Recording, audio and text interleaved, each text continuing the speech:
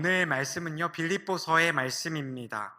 빌립보서의 말씀, 오늘 본문 말씀 우리가 한 목소리로 다시 한번 보도록 하겠습니다. 19절에서 21절까지의 말씀입니다. 시작. 이것이 너희의 간구와 예수 그리스도의 성령의 도우심으로 나를 구원에 이르게 할 줄 아는 거로 나의 간절한 기대와 소망을 따라 아무 일에든지 부끄러워하지 아니하고 지금도 전과 같이 온전히 담대하여 살든지 죽든지 내 몸에서 그리스도가 존귀하게 되게 하려 하나니 이는 내게 사는 것이 그리스도니 죽는 것도 유익함이라. 아멘. 사도 바울은 이 고백을 하면서 구원의 확신을 가지고 고백하고 있습니다. 19절에 보면요, 고백하는 구원의 확신을 얻는 근거가 이렇게 나와 있어요. 이것이 너희의 간구와 예수 그리스도의 성령의 도우심이라고 나와 있습니다. 빌립보 성도님들이 사도 바울이 감옥에 있는 상황을 보고 열심히 기도하는 거죠. 기도에는 능력이 있습니다. 우리의 힘이 있는 것이 아니라 기도를 들으시고 역사하시는 하나님의 놀라우신 역사가 기도를 통해서 나타나게 됩니다. 그렇기 때문에 사도 바울은 그 간구를 믿습니다. 그리고 또 한 가지 구원의 확신이 있는 근거는 예수 그리스도의 성령의 도우심입니다. 성령님을 우리에게 보내주셔서, 보혜사 성령님을 우리에게 허락하셔서 우리를 도우시고 우리를 주님의 길로 인도하시는 줄 믿습니다. 사도 바울도 그 믿는 믿음으로 고백하는 것이지요. 그렇기 때문에 사도 바울은 구원의 확신이 있습니다. 그리고 나서 고백하는 것이 무엇이냐면, 나의 간절한 기대와 소망을 따라 아무 일에든지 부끄러워하지 아니하고 지금도 전과 같이 온전히 담대하여, 이렇게 이야기를 하고 있습니다. 지금 사도 바울은 어디에 있습니까? 감옥에 갇혀 있습니다. 감옥에 갇히면 결국에는 나중에는 판결대에 서기 마련입니다. 판결대에 서게 되면 사람들의 마음이 약해집니다. 어떻게든 내 형을 줄이고자 하는 것이지요.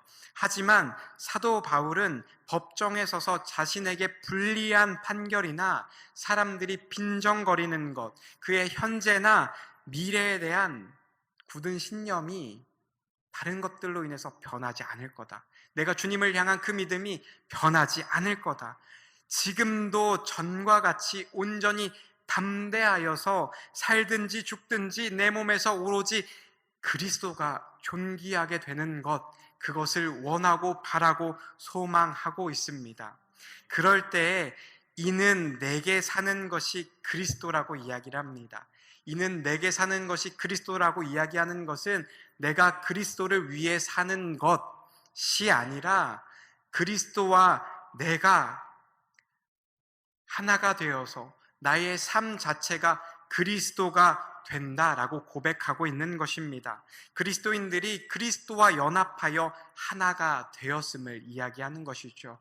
사도 바울은 그리스도와 하나가 되어서 연합하고 있습니다. 이것은 삶 자체가 그리스도에 의해서 통치를 받으며 진실, 사랑, 희망, 복종, 복음의 전파, 이 모든 것들이 삶 속에서 그리스도로 말미암아 넘쳐나는 것, 내 삶 속에 그런 것들이 넘쳐나는 것을 이야기를 하고 있습니다.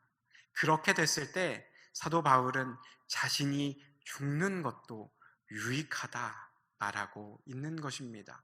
사도 바울은 지금 죽게 되면, 판결이 나와서 죽게 되면 내가 원하는 곳 하나님 나라에 거하게 될 것이고 주님과 더욱더 가까이 가게 될 것을 알고 있기에 죽는 것도 유익하다 말하고 있는 것입니다. 오늘 말씀을 통해서 사도 바울의 삶 속에 무엇이 회복되어져서 이런 믿음의 결단과 고백을 할 수 있게 되었는지, 그 원동력이 무엇인지 보면서 결단의 시간이 우리에게 되기를 소망합니다. 오늘 말씀을 준비하면서 빌립보서의 말씀을 쭉 계속 묵상하게 되었습니다. 묵상하며 기도하는 가운데 주시는 마음은 회복하라라는 마음이었습니다. 회복이라는 단어는 이전에 무너졌던 것들이 다시 원상태의 모습으로 돌아오는 것, 그것을 회복이라고 말합니다. 그렇다면 우리는, 우리 교회는 무엇을 회복해야 될까요? 오늘 빌립보서의 말씀 속에서 바울의 모습을 보면서 세 가지의 회복을 도모하고자 합니다. 첫 번째는 은혜의 회복입니다. 우리가 잘 아는 대로 사도행전 9장에서 사도 바울의 모습은 예수를 믿는 제자들에게 살기 등등했습니다. 예수 그리스도의 도를 따르는 사람들을 만나면 남녀를 막론하고 결박하여 예루살렘으로 데려오고자 했습니다. 그날 사도 바울은 동일한 일을 하기 위해서, 그리고 공문을 조서를 받으려 다메섹 회당으로 가는 길이었습니다. 그 길 가운데 누구를 만나게 됩니까? 예수 그리스도를 만나게 됩니다. 그런 바울에게 변화가 찾아옵니다. 그의 가치의 변화가 찾아오고 행동의 변화가 찾아오고 삶의 변화가 찾아왔습니다. 이전에는 자신이 율법을 잘 알고 그 율법대로 지켰고 예수의 길을 따르는 자들을 잡는 것, 잡아서 예루살렘으로 데리고 가는 것, 그것이 그의 자랑이었습니다. 그리고 그의 가치에 있어서 그것이 바로 옳은 길이었습니다. 그것이 자기를 드러내는 일이기도 했죠.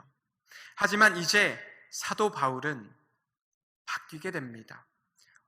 그가 신성모독하고 있다고 믿고 있던 그 예수 그리스도를 위해서 자신이 지금까지 알고 있고 지켜왔던 학문과 신념까지도 다 배설물로 여기며 자신의 혈통까지도 예수 그리스도를 위해서라면 내어놓는 그런 사람으로 변하게 되었습니다.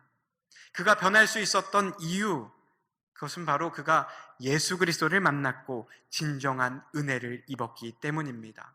그 은혜는 어떤 은혜입니까? 이전에는 자신의 공로로 구원을 얻을 수 있었다고 생각했던 삶에서 예수 그리스도만으로 구원을 얻으며 자신의 삶의 모든 것을 책임지시는 분이 예수 그리스도임을 깨닫게 되는 은혜였습니다. 그러니 그의 가치는, 그의 생각은 변하게 될 수밖에 없는 것입니다. 그리고 그 후에 행동들이 변하게 됐습니다. 예수 믿는 자들을 핍박하던 그의 행동들이 예수 그리스도를 전하는 자의 행동으로 변하게 되었습니다. 작디 작은 행동들의 변화는 그의 삶을 송두리째 바꿔놓게 되었습니다.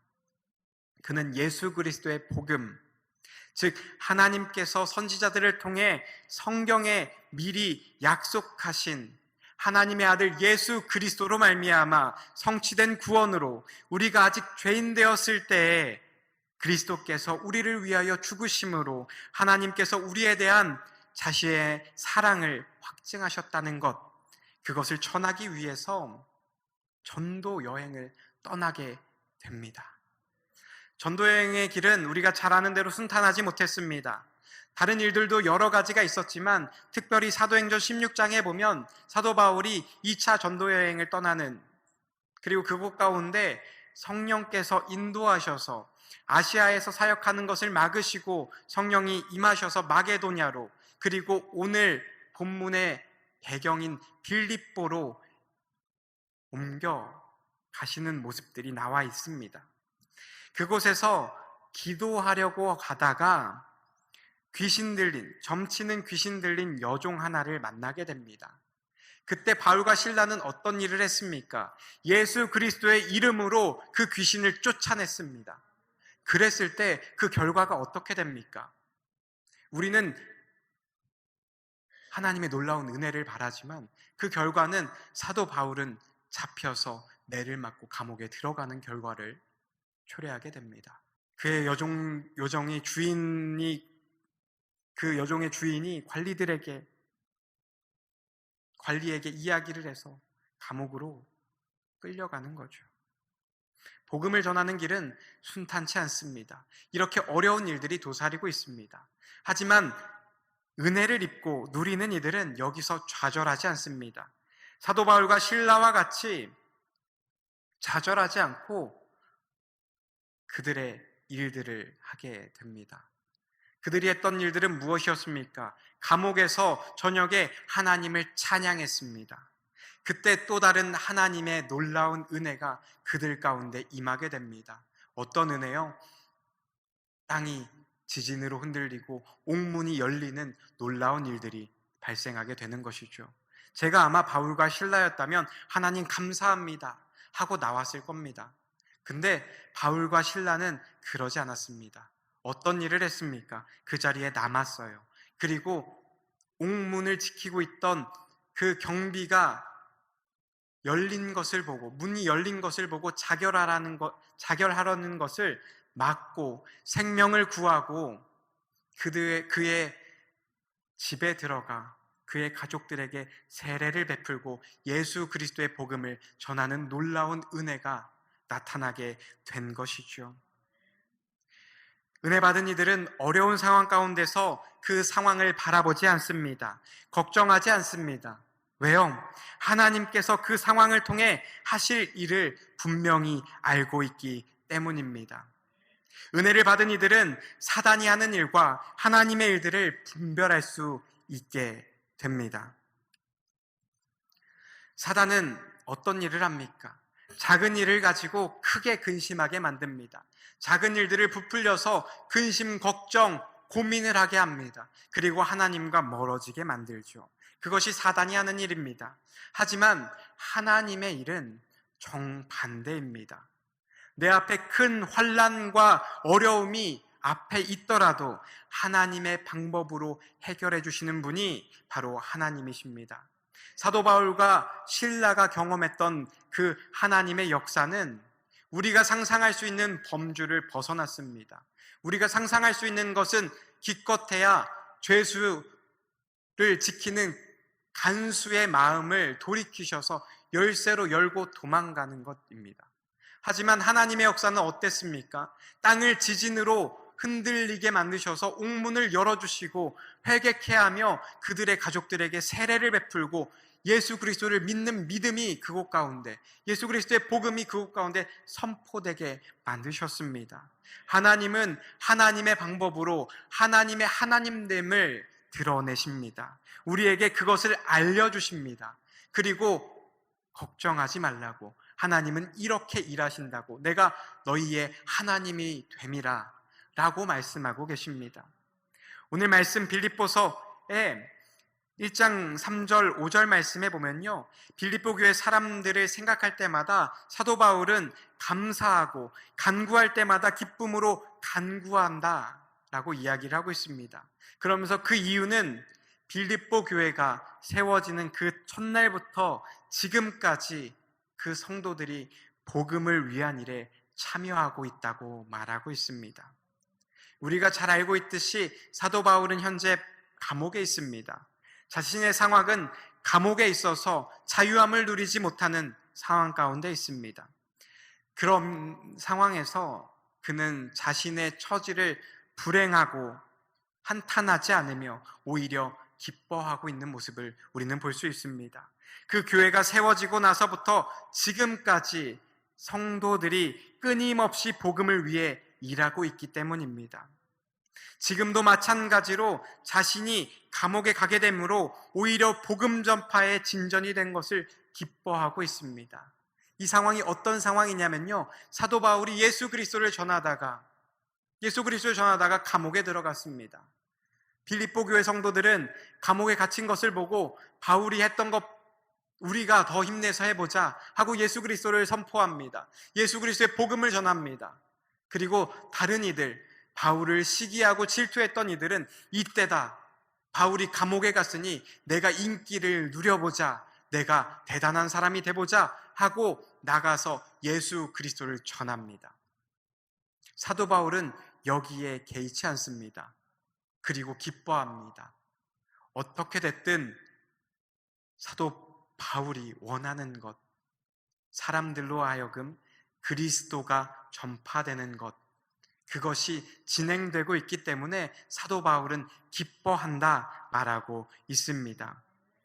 어떤 이들은 걱정하는 마음으로, 어떤 이들은 투기와 분쟁으로, 또 어떤 이들은 착한 뜻으로 그리스도를 전파하고 있기에 기뻐한다 말하고 있습니다.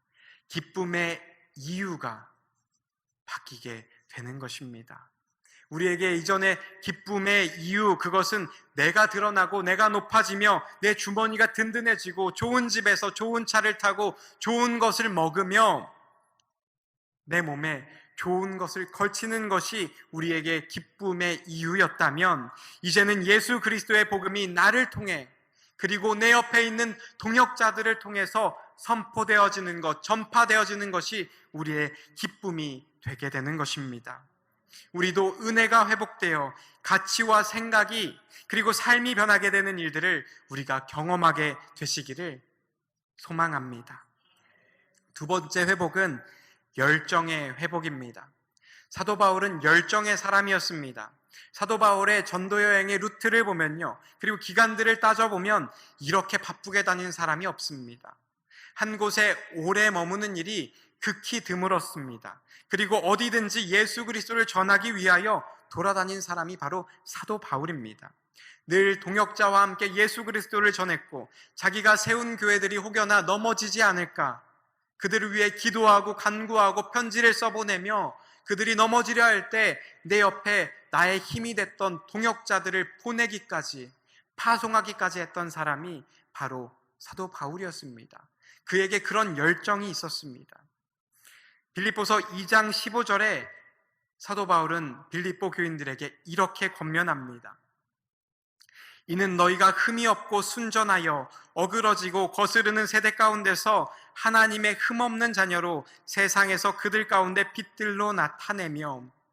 이 말은 무슨 말이냐면요, 이 세상은 도덕적으로 부패했을 뿐 아니라 하나님의 말씀으로부터 멀리 떠나서 영적으로 비참한 지경에 이르렀다 말하고 있는 것입니다. 하지만 사도 바울은 빌립보 교인들에게 그렇게 권면합니다. 세대 가운데서, 그런 세상 가운데서 하나님의 흠없는 자녀로 세상에서 그들 가운데 빛들로 나타내며. 사도 바울은 믿는 이들의 삶이 모든 순간들이 세상 안에 머물고 있으니 세상 속으로 들어가라 이야기하고 있습니다. 세상은 주님의 백성들의 구원과 선교의 영광스러운 과업을 이루어야 할 장소입니다. 그곳에서 빛과 같이 밝음을 드러내고 어두움을 물리쳐야 함을 빌립보 교회 성도들에게 권면해주고 있습니다. 그 세상으로 가라고, 그 세상 가운데 움직이라고, 그 가운데 그 어두운 곳에 빛이 되라고, 소금이 되라고 가라고 권면하고 있습니다. 그리고 자신에 대해서 뭐라고 권면합니까? 어떻게 고백합니까? 빌립보서 3장 13, 14절에 이렇게 고백하고 있습니다. 형제들아, 나는 아직 내가 잡은 줄로 여기지 아니하고 오직 한 일, 즉 뒤에 있는 것은 잊어버리고 앞에 있는 것을 잡으려고 표대를 향하여 그리스도 예수 안에서 하나님이 위에서 부르신 부름의 상을 위하여 달려가노라. 아멘. 사도 바울은 과거에 집착하지 않고 하나님께서 자신에게 주신 그 구원의 목적을 성취하기 위해서 자신은 달려갈 것을 이야기하고 있습니다. 자신의 영적 성장을 위해 믿음의 경주를 해나갈 것이고, 맡겨진 일들에 대해서 누구보다 열정적으로 열심히 달려갈 것을 이야기하고 있고 고백하고 있습니다. 이처럼 바울은 믿음에 관하여, 복음에 관하여 누구보다 열정 있는 그런 사람이었습니다. 세 번째 회복은 사랑의 회복입니다. 사도 바울은 빌립보서에서 다른 서신서나 성경에서 강조하는 것이 있습니다. 여러 가지를 강조하지만 특별히 집중하고자 하는 것은 우리 모두가 한 마음을 품으라는 것입니다. 그리고 사랑하라는 것입니다. 빌립보서 2장 1절부터 4절 말씀에 이렇게 나와 있습니다. 그러므로 그리스도 안에 무슨 권면이나 사랑의 무슨 위로나 성령의 무슨 교제나 긍휼이나 자비가 있거든 마음을 같이하여 같은 사랑을 가지고 뜻을 합하며 한 마음을 품어 아무 일에든지 다툼이나 허영으로 하지 말고 오직 겸손한 마음으로 각각 자기보다 남을 낮게 여기고 각각 자기 일을 돌볼 뿐더러 또한 각각 다른 사람들의 일을 돌보아 나의 기쁨을 충만하게 하라. 아멘. 우리가 사랑으로 하나 되기를 소망합니다. 빌립보서를 묵상하게 되면요, 사도 바울이 빌립보 교인들을 얼마나 사랑하는지를 느낄 수가 있습니다. 묵상하면 묵상할수록 사랑이 뚝뚝 떨어지는 것을 볼 수 있습니다. 사랑이 없다면 이렇게 할 수 없는 것이죠. 우리가 예수 그리스도 안에서 사랑의 마음을 품기를 소망합니다. 우리는 서로 동역자로 삼아주시고 붙여주셨습니다. 사도 바울이 빌립보 교인들을 보면서 동역자로 여기고 또한 파송하며 그들에게 사랑의 마음을 품을 수 있는 것은 사도 바울이 사랑을 받았기 때문이고 그 사랑이 크기 때문이며 그래서 또한 나눌 수 있는 것입니다. 사도 바울은 빌립보 교인들에게 사랑을 받았고 그들을 자랑거리로 여겼습니다. 우리의 당연한 자랑거리는 예수 그리스도가 되는 것이 당연한데 우리가 추가적으로 옆에 있는 동역자들이 또 하나의 자랑거리가 되기를 소망합니다. 우리가 살아온 삶의 환경이 다르고 배경이 다르고 살아온 지역도 다르고 생각도 달라서 때로는 부딪힐 때가 있습니다. 또한 교회라는 공동체가 모두 믿음이 신실하여서 넘어지지 않는 믿음으로 뭉쳐진 공동체면 너무 좋겠지만 우리가 잘 아는 대로 교회는 연약한 이들이 모인 곳이고 부족한 사람들이 모인 곳이며 주님의 은혜를 간구하는 사람들이 모인 곳이 바로 교회입니다. 그러다 보면 서로 상처를 입기도 하고 상처를 주기도 합니다. 하지만 오늘의 바울의 모습처럼 사랑으로 섬기는 공동체가 되기를 소망합니다. 우리 공동체가 은혜와 열정이 회복되어지고 사랑으로 서로를 감싸 안는 귀한 우암 가족들이 다 되시기를 소망합니다. 우리가 사랑으로 동역자와 함께 걷는 그 한 걸음이 혼자 걷는 100걸음보다 더욱더 의미가 있는 줄 압니다. 우리 교회의 첫 걸음, 담임 목사님이 새로 오셔서 걷는 첫 걸음이 한 사람이 걷는 걸음이 아니라 우리 모두가 하나 되어서 한 마음을 품고 예수 그리스도의 은혜로 말미암아 하나 되어서 걷는 그 한 걸음이 되기를 소망합니다. 그 한 걸음이 두 걸음이 되고 세 걸음이 되고 우리가 이제는 걷고 뛰고 다름질하여서 주님이 원하시는 표대를 향하여 달려가는 우리 우암 공동체가 되기를 소망합니다. 그러려면 가장 우선돼야 되는 것이 있습니다. 그것이 무엇이냐면 우리 마음 가운데, 우리들의 신앙 가운데 그리스도가 누구인지 다시 자문하는 것입니다. 그리스도는 기름 부은 자라는 뜻입니다. 우리의 선지자요, 왕이요, 제사장 되시는 분이 누구신지 다시 한번 물어봐야 될 것입니다. 그 그리스도의 자리에, 우리의 구원자의 자리에 누가 앉아 계십니까? 예수 그리스도가 앉아 계십니까? 아니면 다른 사람이 앉아 있습니까? 아니면 다른 물건이 앉아 있습니까? 우리가 잘 아는 대로 구약의 이스라엘 백성들은 하나님이 하시는 구원의 일을 알았지만 황금 송아지를 하나님의 자리에 놓았습니다. 그리고 그 황금 송아지가 우리를 종되었던 집에서 우리를 이끌어낸 하나님이라고 이야기를 하고 경배하고 찬양했습니다. 우리가 보기에 그들이 미련해 보일지는 모르겠지만 우리가 이 시간 가운데 우리에게 자문해 보기를 소망합니다. 우리는 그렇지 않은지, 우리의 구원자는 예수 그리스도가 아니라 다른 것을 붙잡고 있는지 아는지는 우리가 다시 한번 자문해 보기를 소망합니다. 그리고 우리에게 누군가가 물어본다면 어떻게 여러분들은 대답하실지 고민해 보시는 시간이 되기를 소망합니다. 그리고 오늘 본문 19절에서 21절 말씀 다시 한번 보기를 원합니다. 이것이 너희의 간구와 예수 그리스도의 성령의 도우심으로 나를 구원에 이르게 할 줄 아는 고로 나의 간절한 기대와 소망을 따라 아무 일에든지 부끄러워하지 아니하고 지금도 전과 같이 온전히 담대하여 살든지 죽든지 내 몸에서 그리스도가 존귀하게 되게 하려 하나니 이는 내게 사는 것이 그리스도니 죽는 것도 유익함이라. 아멘. 우리에게 이러한 믿음의 결단이 있습니까? 바라기는 우리에게 그리스도 예수와 하나 되어 은혜와 열정과 사랑이 회복되게 하시고 우리 우암 가족들을 통해서, 우암 공동체를 통해서 복음이 전파되는 놀라운 일들이 나날이 나타나기를 소망합니다. 그것이 주님께서 기뻐하시는 일이요, 그것이 그리스도와 내가 화합하여 하나가 되는 길일 줄 믿습니다.